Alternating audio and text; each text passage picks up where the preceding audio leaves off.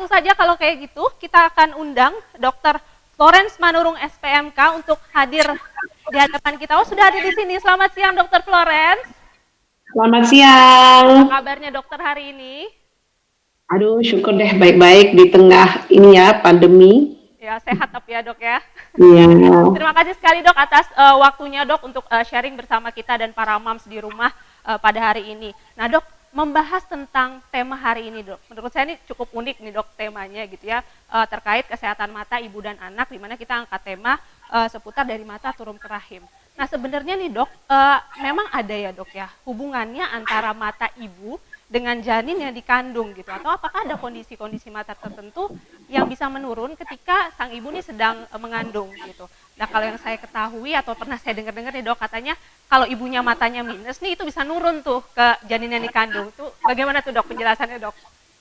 Ya, terima kasih ya Mbak ya. Memang ada beberapa penyakit atau kelainan mata ya di sini ya, yang bisa diturunkan ke anaknya, dan perlu diketahui bahwa penyakit yang didapatkan si anak ini bukan hanya berasal dari ibu saja, bisa juga dari ayah ya.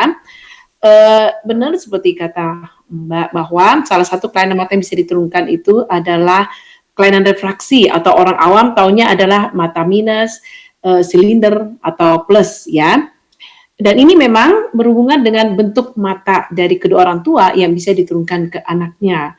Jadi ada dua faktor yang mempengaruhi seorang anak itu nantinya setelah lahir kemungkinan berkacamata, adalah faktor genetik. Ini adalah yang pertama, di mana salah satu atau kedua orang tua menderita kacamata ya, memiliki kacamata. Mengapa? Karena ini berhubungan dengan bentuk bola mata si orang tuanya. Mungkin biar lebih mudah, saya akan menampilkan foto. Bisa ya Mbak ya? Oh iya, baik dok. Ya, Kita akan ini. tampilkan ya untuk dokter jelaskan lebih lanjut nih kondisi matanya yang Ya. masing-masing nih dok ya. Ya. Adakah gambarnya? Ya, sudah terlihat sih dok. Oke. Kemudian sampai ke belakang. Itu namanya retina atau saraf mata yang akan tersambung ke otak ya. Lapisan-lapisan ini sangat penting ya dari bola mata ini diketahui, karena ini nanti tempat jalur kita melihat. Mari kita lihat gambar ini. Ini adalah suatu objek yang dilihat oleh mata, kemudian ditangkap oleh mulai dari kornea sampai ke lensa, ini lensa ini, dan kemudian sampai ke retina paling belakang, masuk ke saraf yang menuju ke otak. Nah, ini nanti akan diolah oleh otak. Semua jalur ini haruslah bagus ya. Tidak boleh ada yang kelainan ditemukan. Nah tadi ditanya ya, mata minus kenapa bisa diturunkan? Atau yang mata silinder mungkin juga ya, pertanyaan dari ibu-ibu di sini ya. Normalnya mata ini seperti ini Mbak ya, yaitu bulat seperti bola pingpong, suka saya bilang begitu sama pasien ya. Nah, kalau mereka yang minus itu kita lihat gambar sebelah kiri bawah sini, di mana bola matanya panjang, ya. Jadi artinya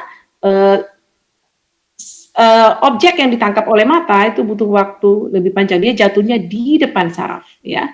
Kemudian kalau dia yang plus seperti apa? Plus pada anak-anak ya. Ini karena bola matanya adalah pendek, kayak gitu, ya. Sinar yang dimasukkan ini yang ditangkap oleh otak ada di belakang bola mata.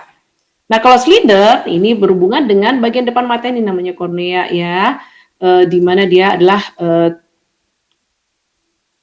memancarkan sinar atau objek yang dilihat itu adalah seperti ini, berbagai pecah kayak gitu loh ya. Nah, bentuk-bentuk mata ini tentunya bisa diturunkan ke janinnya atau anaknya yang gejalanya adalah buram ya, baik mata minus, silinder atau mata plus. Oke, baik dok. Nah, ada lagi faktor, iya betul. Nah, ini kan faktor pertama ya, Mbak ya, ibu-ibu, faktor genetik. Jadi kita tahu, oh kalau gitu salah satu atau kedua orang tua apalagi bisa diturunkan ke anaknya. Nah, faktor kedua, bagaimana kalau kedua orang tuanya tidak berkacamata? Berarti kan bola matanya bulat ya. Terus kenapa anak saya kok berkacamata? Nah, ini berhubungan dengan mungkin ibu-ibu di sini udah tahu, yaitu lifestyle ya. Kita tahu ya anak-anak sekarang ini banyak kegiatannya untuk melihat dekat ya. Jadi umpamanya melihat objek dekat itu seperti main game, membaca yang terus-menerus. Boleh dimatikan. Maaf, dimatikan aja kembali ya.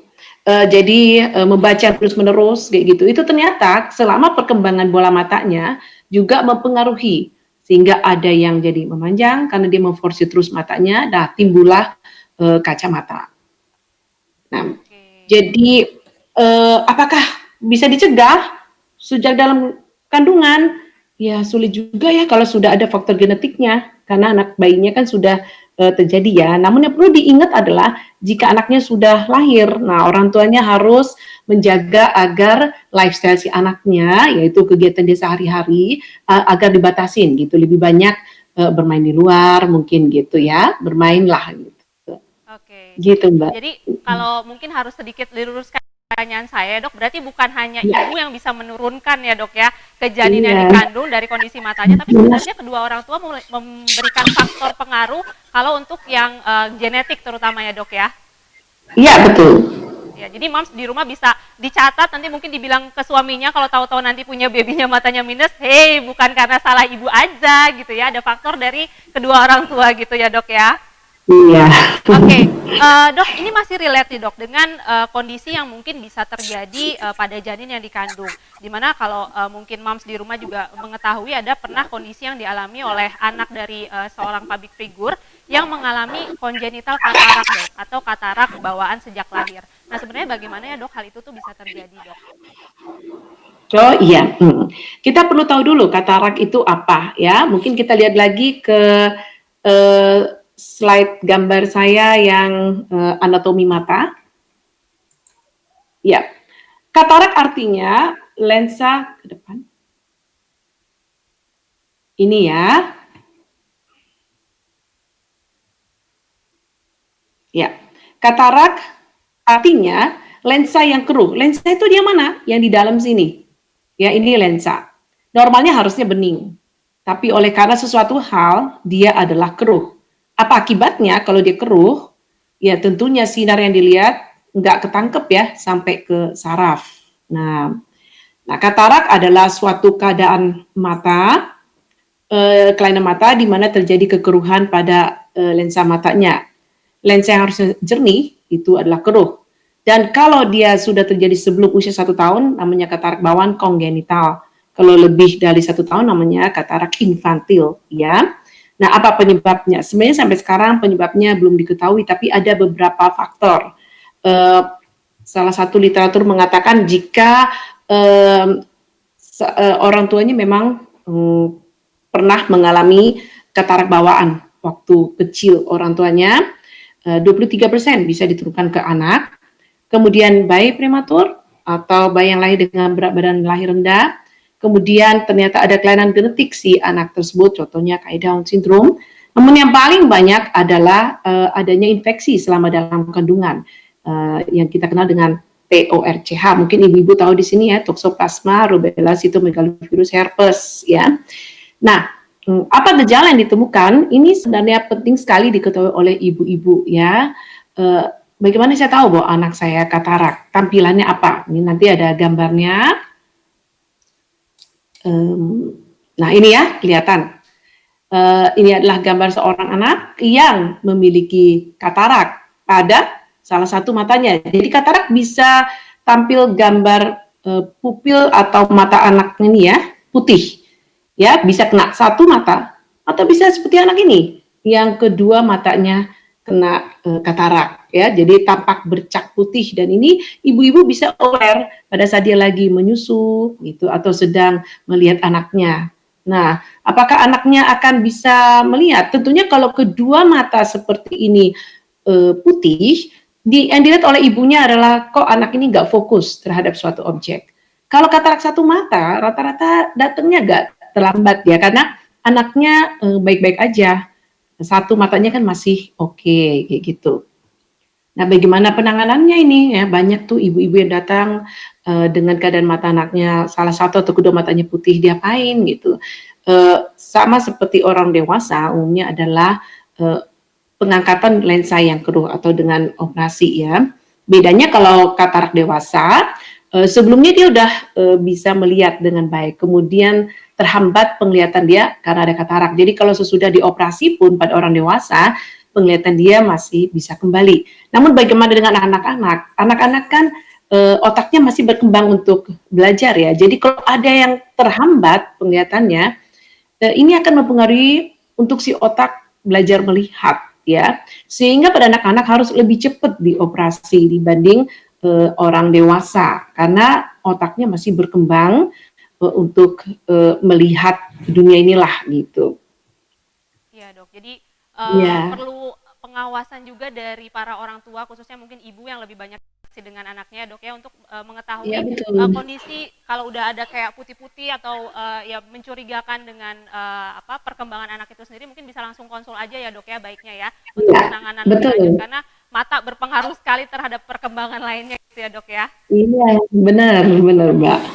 Ya, dok, kemudian nih kembali lagi ke kondisi ibu hamil dok. Kalau tadi di awal sudah dijelaskan bahwa salah satu kondisi yang menurun ya meskipun bukan hanya dari ibu tapi dari kedua orang tua adalah kondisi mata minus gitu ya dok.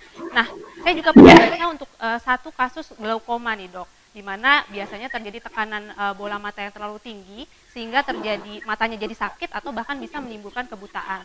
Nah, yang saya ketahui glaukoma ini kan juga bisa menurun nih dok. Nah, apakah proses turunnya kejadian itu juga melalui pada proses kehamilan kah dok, dan apakah ada relevansinya dengan tema kita hari ini nih dok, dari mata turun ke rahim dok?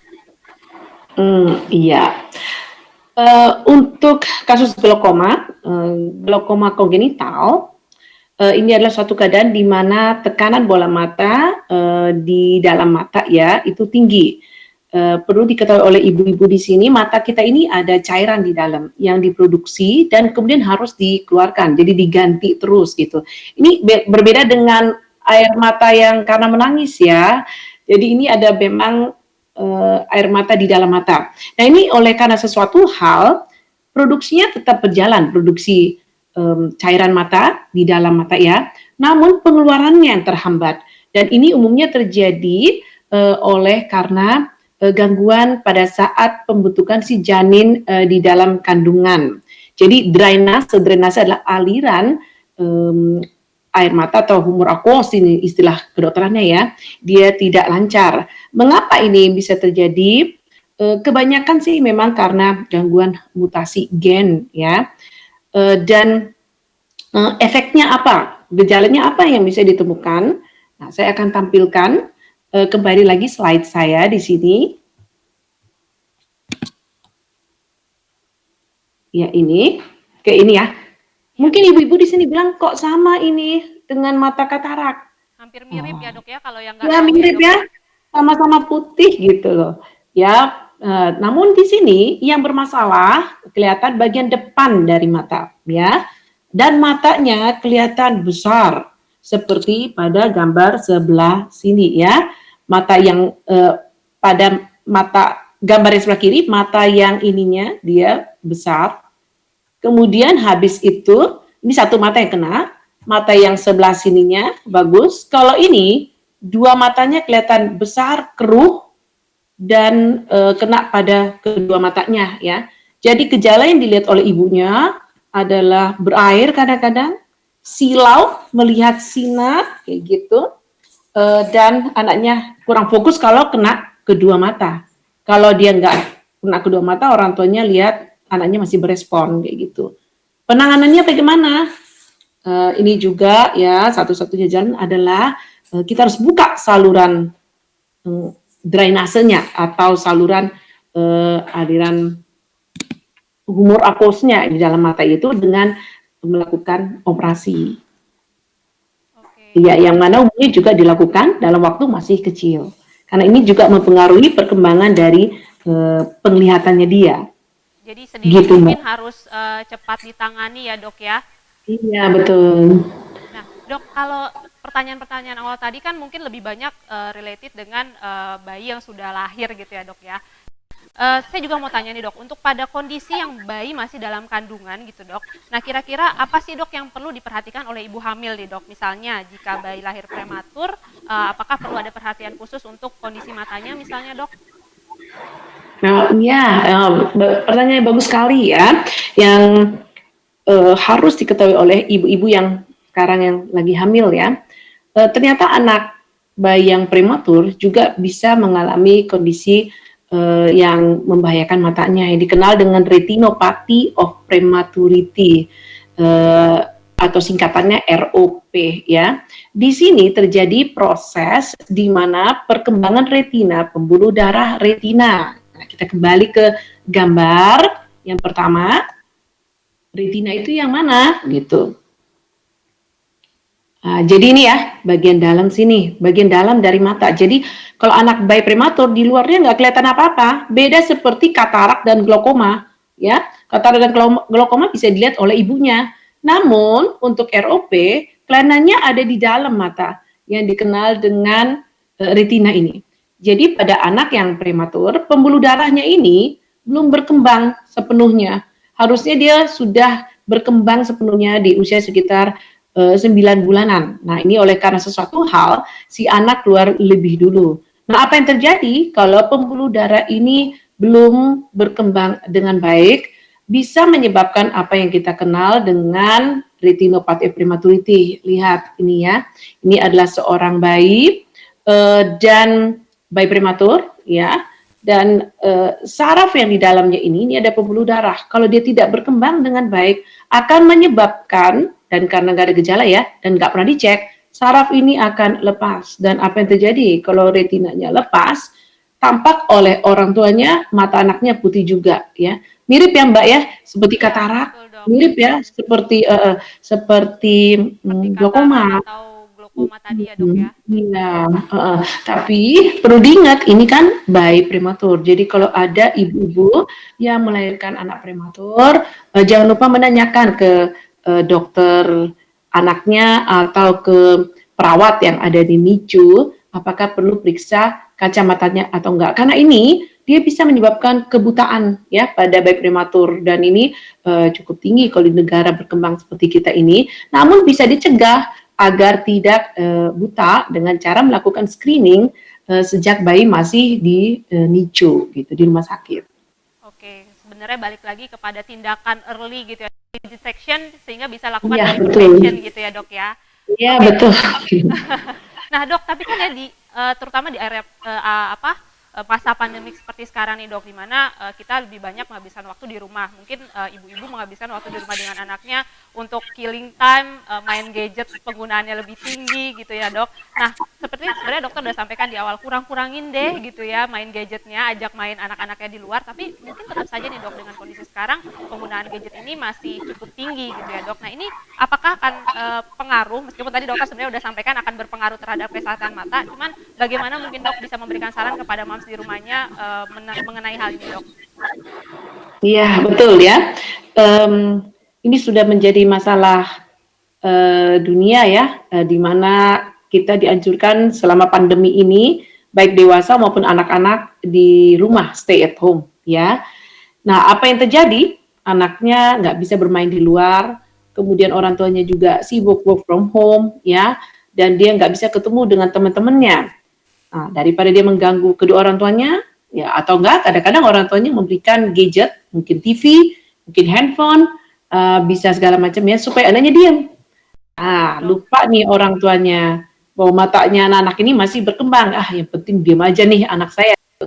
Nah, ini perlu diingat bahwa mata anak-anak ini masih berkembang. Dengan kegiatan dia yang terus-menerus lihat dekat, ya, dan dia lupa ya, maksudnya bukan lupa ya, anak-anak itu nggak tahu kapan harus stop gitu. Dia asik aja dengan dunianya. Ternyata dengan dia memforsir terus keadaan matanya tanpa istirahat, menyebabkan bola matanya jadi berubah, perkembangannya jadi akan terganggu. Nah, apa yang paling banyak muncul adalah kecil-kecil sudah pada berkacamata. Nah, jadi yang dianjurkan adalah ya kalau masa pandemi gini, kalau memang dikasih ya bolehlah, tapi jangan lupa harus diistirahatkan. Ajak mungkin anaknya itu bermain sebentar di taman, tapi nggak boleh keluar dari rumah ya. Maksudnya mungkin ada taman kecil atau ajak masak atau membersihkan rumah atau bermain bersama sama orang tuanya. Iya, jadi dia nggak terus-menerus memforsir matanya untuk dipakai. Ya kita nggak mau ya nanti kalau di akhir pandemi dan ternyata timbul masalah mata yang lainnya, begitu Mbak. Ya, karena sebenarnya bukan anak-anak aja sih dok, orang dewasa juga, terutama mungkin ibu-ibu di rumah sekarang drakoran dok, itu bisa Ya, satu episode satu harian tuh dok ya. Jadi betul. ingat moms gitu ya, jaga kesehatan matanya, terutama mata anak-anak yang masih terus berkembang moms gitu ya. Jangan sampai seperti dokter Florence sampaikan nanti di akhir pandemi malah terjadi kondisi matanya tidak sehat gitu ya. Betul. Dokter Florence-nya, oh mungkin ada koneksi yang terputus. Oke, seperti tadi dokter Flores sudah sampaikan, sudah terhubung lagi. Oke, dok masih ada satu pertanyaan lagi nih dok. Kalau tadi di awal kita udah bahas mengenai segala macam penyakit terkait dengan kondisi mata ya dok ya. Nah boleh dong dok di-sharing juga gimana sih sebenarnya untuk menjaga kesehatan mata ibu dan anak nih dok khususnya, supaya para mams yang nonton ini juga nggak ngerasa khawatir, oh ternyata ada ya mata minus, ada glaukoma, ada katarak bawaan. Tapi sebenarnya gimana caranya untuk menjaga kondisi mata nih supaya tetap sehat, khususnya menjaga mata ibu dan anak dok. Oh, iya. Dokter Florence? Halo, Ya, halo. bisa mendengar pertanyaannya tadi dok? Ya, betul, sudah. Saya udah kedengaran. Ya, Suara saya udah ada. silakan mungkin dok bisa langsung dijawab pertanyaannya. Ya, oke. Ya, Ya, untuk para orang tua, jangan terlalu dini diperkenalkan gadget. Lebih banyak ajak anak untuk beraktivitas bersama, ya. Karena masih terlalu dini dan perkembangan matanya masih berlangsung, ajaklah lebih banyak aktivitas di luar. Semoga juga pandemi ini menurun ya, sehingga kita bisa ajak anak kita untuk main keluar. Kemudian jika orang tua melihat ada kelainan di mata anaknya yang tampak ya, tolong segera ke dokter mata agar bisa ditangani lebih dini. Dan kemudian ajarkan juga anak untuk makan sayur buah ya, begitu sudah diperkenalkan dengan sayur buah, tetap mempertahankan agar anaknya makan buah sayur, karena sekarang banyak sekali orang tua yang merasa bahwa susah nih ngasih buah sayur pada anak-anak, tapi itu padahal penting sekali untuk perkembangan mata si anaknya. ya itu juga terjadi Halo? sama saya Iya, sebenarnya dok, betul. anak-anak saya susah makan sayur karena sebenarnya orang tuanya juga susah sih dok makan sayur. Jadi anak ikut ya. Baik dokter, terima kasih banyak dok atas sharingnya. Kita akan buka sesi Iya. Q&A dengan dokter ya, tapi sebelumnya sebelum kita buka sesi Q&A, kalau boleh sedikit saya summary, seperti yang tadi dokter Florence sampaikan, Mams, bahwa kondisi mata pada anak tidak hanya diturunkan dari ibu aja gitu ya. Jadi itu bisa dibilang mitos tuh kalau dibilang turunannya dari ibu, karena sebenarnya ada faktor dari kedua orang tua yang bisa menurun pada kondisi mata anak gitu ya. Dan jangan lupa lifestyle juga berpengaruh Mams. Kalau dari sekarang nih Mams banyak pakai gadget atau anak-anak juga banyak pakai gadget, mulailah dikurangin ya, mungkin dikasih waktu matanya untuk istirahat gitu ya. Kalau yang saya tahu tuh ada olahraga mata 20-20 ya dok ya, yang kalau udah lihat gadget terus mungkin nanti istirahat dulu, lihat yang hijau-hijau biar matanya segar kembali gitu ya. Oke, baik Mams, itu sudah kita lihat tadi ya, ada sedikit pariwara yang untuk merefresh sebelum kita masuk ke dalam sesi Q&A dengan Dr. Florence. Tapi sebelumnya saya mau mengingatkan dulu bahwa sesi kita siang hari ini terselenggara berkat kerjasama dengan Jakarta Eye Center, di mana Jakarta Eye Center sedang memberikan penawaran khusus nih Mams. Akan ada atau diberikan potongan harga sebesar Rp300.000 untuk pemeriksaan mata anak, dan ini hanya terbatas untuk 80 orang pertama saja yang mengunjungi websitenya Jakarta Eye Center ya Mams. Nanti untuk detail lengkapnya kita akan share juga di WhatsApp group. Jadi jangan lupa juga untuk cek-cek nanti ke WhatsApp grupnya ya Mams ya. Dan nanti untuk yang aktif bertanya dengan Dr. Florence, akan kita pilih juga 3 penanya atau Mams yang beruntung untuk masing-masing mendapatkan 3 voucher dari Jakarta Eye Center berupa voucher tindakan lasik senilai Rp2 juta Mams. Wah, lumayan banget kan tentunya. Dan untuk Mams yang juga mau bertanya seputar pemeriksaan NIPT, penyimpanan darah tali pusat ataupun screening diagnostik lainnya seperti DNA testing, bisa langsung ketik aja di fitur chat. Nanti akan ada breakout room. Nah, seperti yang sudah muncul di layar Mams semuanya ya. Tinggal dipilih aja Mams mau bertanya tentang apa, nanti tim kami akan membantu Mams untuk masuk ke dalam breakout room tersebut gitu ya Mams. Dan saya mau ingatkan lagi juga, mungkin untuk Mams tadi yang sempat capture momen sesi ini nih Mams, masih ada kesempatan untuk capture momennya, kemudian upload di Instagram Mams.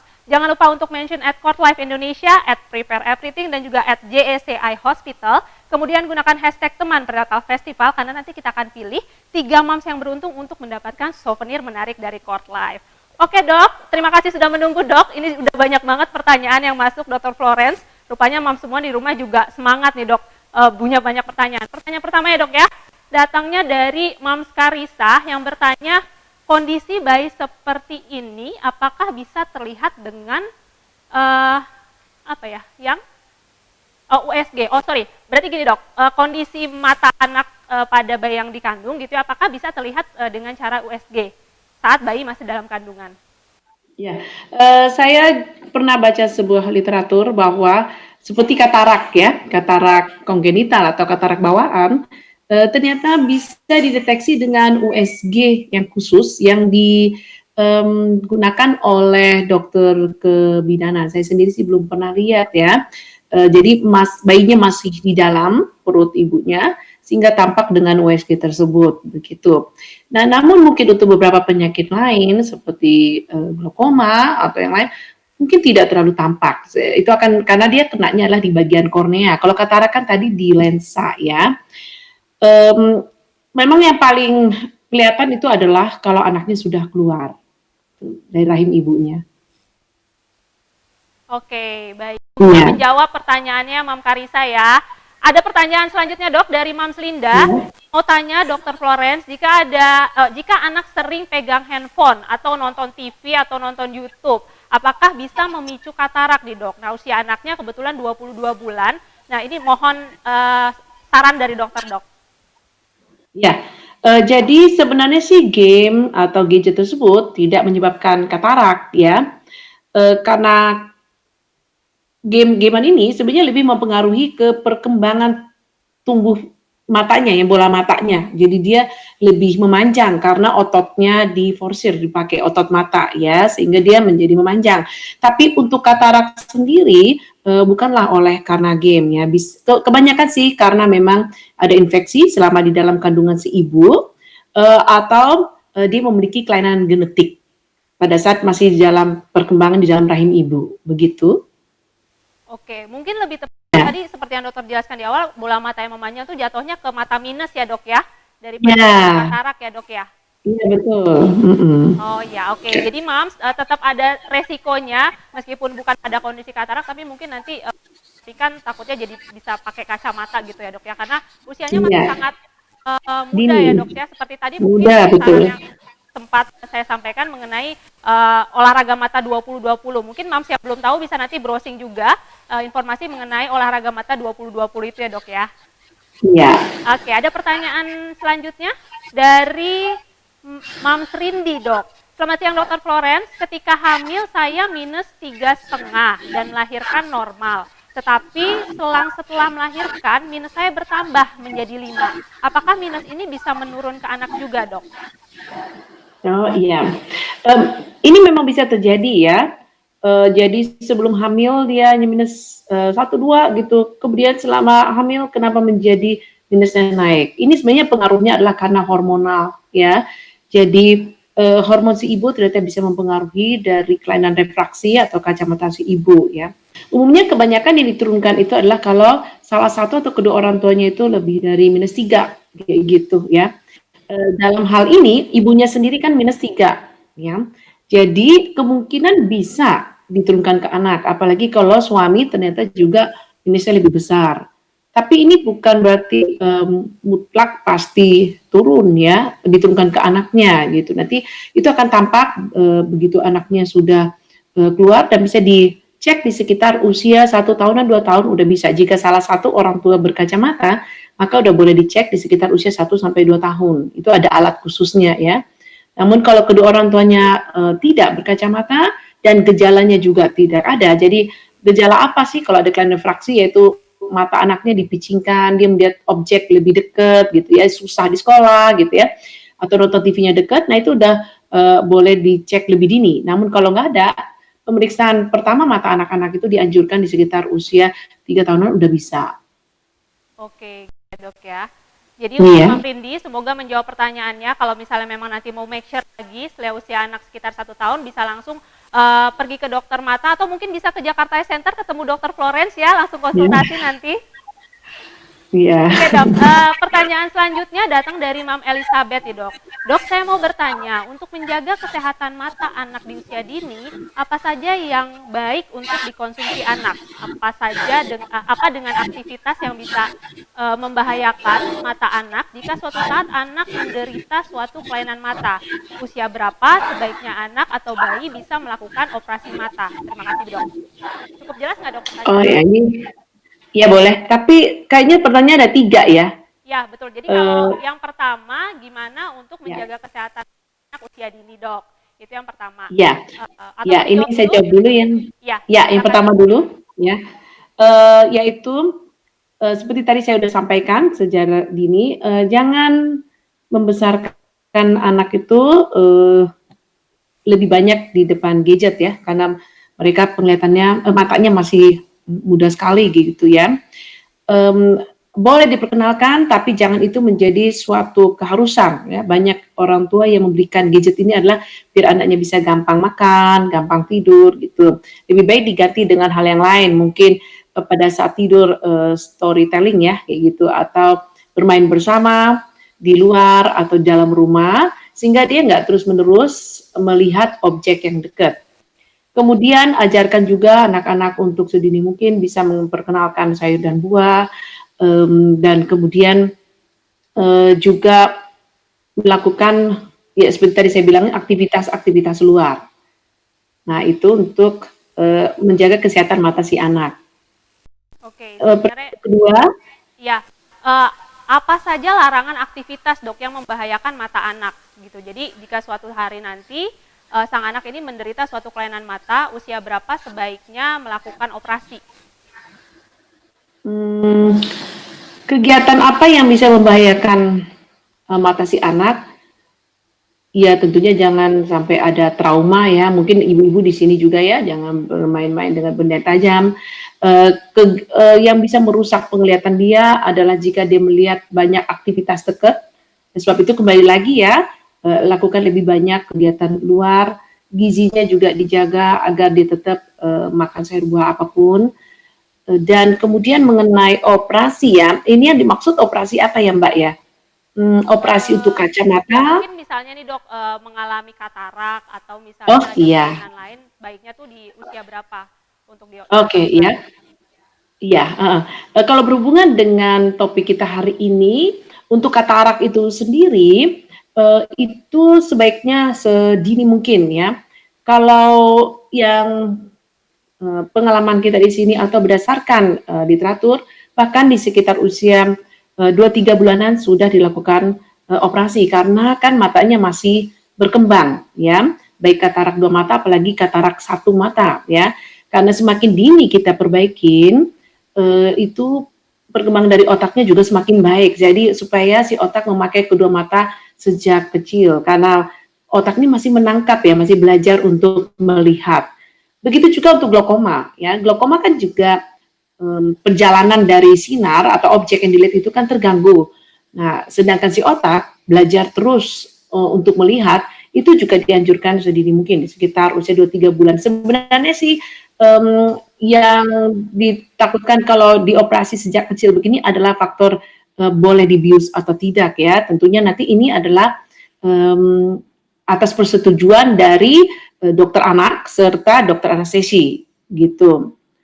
Nah, untuk kelainan refraksi atau yang tadi kita sebut dengan kacamata minus, plus atau silinder, ini juga ibu-ibu nggak usah takut gitu ya, karena sudah ada teknologi yang dikenal dengan LASIK. Tapi ya tentunya LASIK ini tidak dilakukan pada saat masih kecil, namun nanti dia sudah memasuki usia 17-18 tahun, jadi dia udah memasuki dewasa muda gitu. Oke, Udah jadi terjawab kan pertanyaannya? jadi mungkin lebih Ya, tepatnya sebaiknya segera konsultasi aja gitu ya dok ya untuk dapat memastikan iya, pada kondisi karena mungkin kondisi anak berbeda-beda dan kondisi iya betul. matanya atau sakitnya juga berbeda-beda jadi mungkin akan butuh penanganan yang berbeda pula jadi untuk Iya, moms yang mungkin saat ini punya anak atau moms sendiri dengan kondisi mata tertentu sebaiknya tetap konsultasi terlebih dahulu moms bahkan untuk penggunaan obat-obat juga mungkin lebih baik konsultasi dulu ya dok sehingga penanganannya iya, tepat dan tidak malah menimbulkan hal-hal yang tidak diinginkan lebih buruk gitu ya dok ya? Iya, betul. Anak-anak ini soalnya matanya masih berkembang sekali nih. Iya betul Kasihan sekali dok. kalau nanti ke depannya, matanya cakep ya, bagus, bulet, putih, besar, ternyata penglihatannya, kurang Kurang ya. ya dok ya, Iya, baik. Nah padahal ada bisa satu, diperbaiki. oh, Mhm. iya baik dok. Ya ada satu pertanyaan lagi nih dok dari Moms Dea yang bertanya, halo dok, bagaimana deteksi masalah mata minus pada anak sedini mungkin? Lalu apa yang harus dilakukan untuk meminimalisirnya nih dok? Iya, betul. Mmm, Orang tua yang salah satunya memakai kacamata atau bahkan kalau keduanya memakai kacamata sebenarnya bisa melihat, gelagat si anaknya ya, sama kalau orang tuanya melepas kacamata. Apa yang dilakukan oleh orang tuanya? Matanya disipitin, mendekat lihat objek gitu ya, atau membaca, buku atau apa sangat dekat ke matanya. Nah, ini juga bisa ditemukan pada anaknya ya. Jadi kalau moms di sini lihat bahwa anaknya itu melihat objek itu sampai dekat ya, hampir nempel, di mukanya, kemudian nonton TV-nya juga dekat, atau di sekolah ya, kalau di sekolah dia kok mengalami penurunan, mungkin dikira oleh guru bawah tidak mampu mengikuti pelajaran, padahal mungkin masalahnya di mata ya. Nah ini tanda-tanda bahwa anaknya kemungkinan ada kelainan refraksi atau kacamata. Jangan kita sering saya dapat ya orang tuanya itu menegur TV-nya ya, jangan nonton TV deket-deket nanti rusak. Padahal mungkin si anaknya nonton TV deket karena dia kurang melihat Oh gitu. ya, Nah di sini perlu awareness dari orang tua. Yang sulit itu adalah kalau kedua orang tuanya nggak berkacamata. Nah, tanda-tanda ini mereka nggak ngerti. Nah, ya, diharapkan ya dengan acara ini ibu-ibu jadi tahu, oke, kalau anak saya memicingkan mata, melihat objek sangat dekat, memiringkan kepala gitu ya, atau pelajaran di sekolah jadi menurun. Nah, itu tolong bawa segera ke dokter mata agar cepat bisa ditanganin. oke, baik dokter. Iya. Jadi ini mungkin kalau Moms juga ngelihat di rumah tadi, saya agak gerak maju mundur, terus agak-agak berusaha ngelihat pertanyaan, karena saya sebenarnya matanya minus dok, jadi baca sebenarnya dok pertanyaannya. Jadi kalau Wah. anak Moms nanti juga ada melihat gelagat seperti itu, atau Moms juga mungkin misalnya nih ngelihat kok agak-agak ngeblur, terus perlu agak nyipit-nyipitin mata. Nah mungkin Moms juga harus cek ke dokter, karena ada kemungkinan Moms juga matanya mungkin minus gitu ya dok ya. Iya, betul. Ya, Kalau orang baik. dewasa mungkin lebih gampang ya, karena dewasa itu lebih aware. Tapi kalau anak-anak ini belum tentu akan memberitahu bahwa dia ada masalah di matanya, begitu. Dia nggak ngerti bahwa itu buram itu seperti ini, gitu. Dia pikir bahwa oh teman saya juga melihatnya seperti saya. Jadi di sini perannya itu adalah orang tuanya untuk screening mata anaknya. Ya, jadi orang tua harus lebih peka lagi melihat gestur atau sinyal-sinyal yang diberikan oleh anak ya dok ya. Iya betul. Baik, terima kasih Dokter Florence. Kalau boleh sedikit saya menyimpulkan nih dok dari apa yang sudah dokter sampaikan. Yang pertama adalah tidak semua kondisi mata itu menurun dari ibu yang mengandung kepada janin gitu ya dok. Itu perlu dicatat Mams.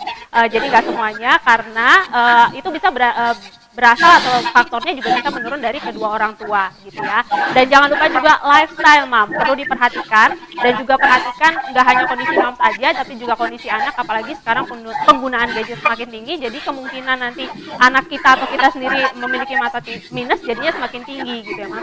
Jangan lupa juga lakukan olahraga mata seperti olahraga 20-20, dan mungkin untuk yang mams belum tahu nanti bisa browsing atau bisa cek juga di website Jakarta Eye Center, nanti bisa tahu langsung mengenai gimana sih treatment untuk mata atau mata yang sehat itu seperti apa. Atau bila mams atau anak mams mungkin mengalami tadi seperti dokter sampaikan matanya melihatnya buram atau udah sipit-sipitin mata, bisa nanti langsung mungkin berkunjung ke JSC Jakarta Eye Center, bertemu atau konsultasi langsung dengan dokter Florence untuk mendapatkan penjelasan lebih lanjut ya. Ya, terima kasih banyak dokter Florence atas waktunya siang hari ini dok. Ya, sampai ketemu lagi Terima ya dok kasih ya. juga Semoga kita bisa atas ada kesempatan yang kolaborasi diberikan. ketemu langsung ya dok ya. Mari. Oke dok.